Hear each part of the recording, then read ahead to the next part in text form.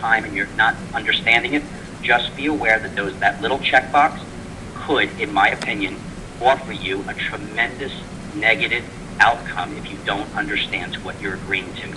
Now let's move forward to what you need to do. The first thing is that many people tend to join these sites from a defensive position. They feel somebody has put a bad review out there, so they must sign up quickly to offer a counterattack.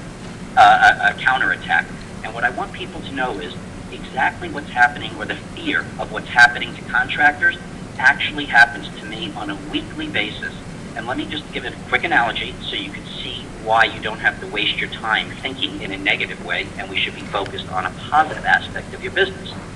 When you look at, if you come to my site, I have a free sign-up section, and people sign up, but I do have particular terms, which is I need to know who you are. My platform is designed for contractor-to-contractor networking, and people, for many different reasons, sign up and don't want to identify who they are. This happened to happen this Saturday. It's live. I actually believe these people are on this conversation, quite honestly, but they signed up like this. So I sent a very nice note, which is automatic, by the way. It basically says, in summary, without reading the whole thing, thank you for signing up. However, you violated my terms. You're allowed to try us for free. You're allowed to learn for free. However, I need to know who you are. It might have been by mistake. Just tell me who you are, and I don't mind reactivating your account. But it's a very polite letter. Well, guess how I get met with a response? Instantaneously, this is the exact quote that came back to me. This attitude has made my mind up for me. You may delete my account, and more importantly, I shall be recommending against you on any forum I visit.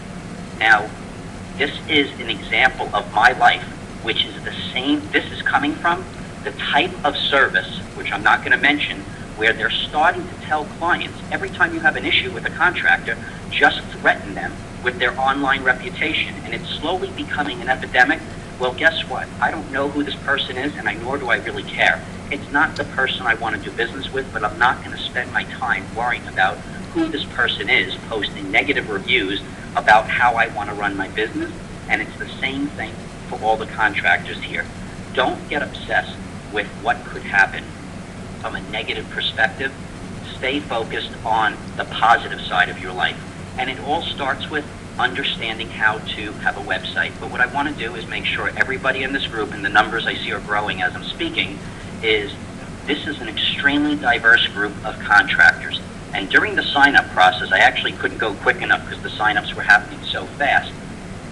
I'm a coach, and I enjoy the process. This is both my teams for the season, by the way.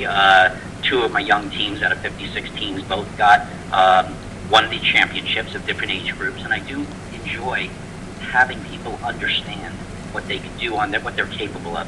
But here's the point. There's contractors here that are going to be speaking in a few moments, but there's a lot of other contractors that are so intimidated that when they're signing up, in the beginning, we had a lot of people signing up with whatever their company name is. But then comes all of the generic John at hotmail.com, Joey at gmail.com. That's not the way to run a business. And let me show you what happened, just so you can enjoy. I'm in Miami, by the way, everybody, and our Heat are in the playoffs, so forgive the sports analogies. Within the first 25 signups to this webinar, this was the breakdown.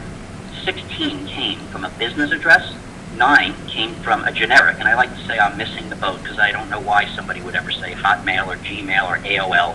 It's just outdated, and it doesn't allow you to brand your business name while you're communicating with customers.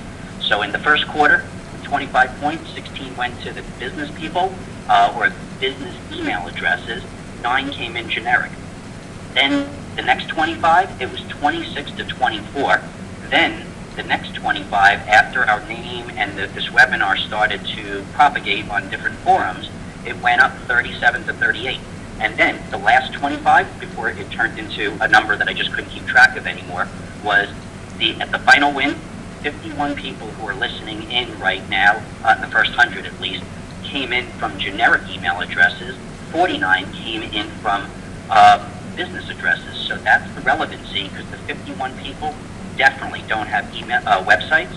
Out of the 49, when I glanced at their websites, so many of them had next to no optimization, which is why the vast majority of the lead gen companies And the ratings review sites simply don't want you to understand the opportunity you're missing. So we're sitting on your side to make you be aware that it's $1 billion opportunity that everybody's in, and we're looking to have this become 100 out of 100 have a business address, and 100 out of 100 have a website that they control, that they're able to generate activity.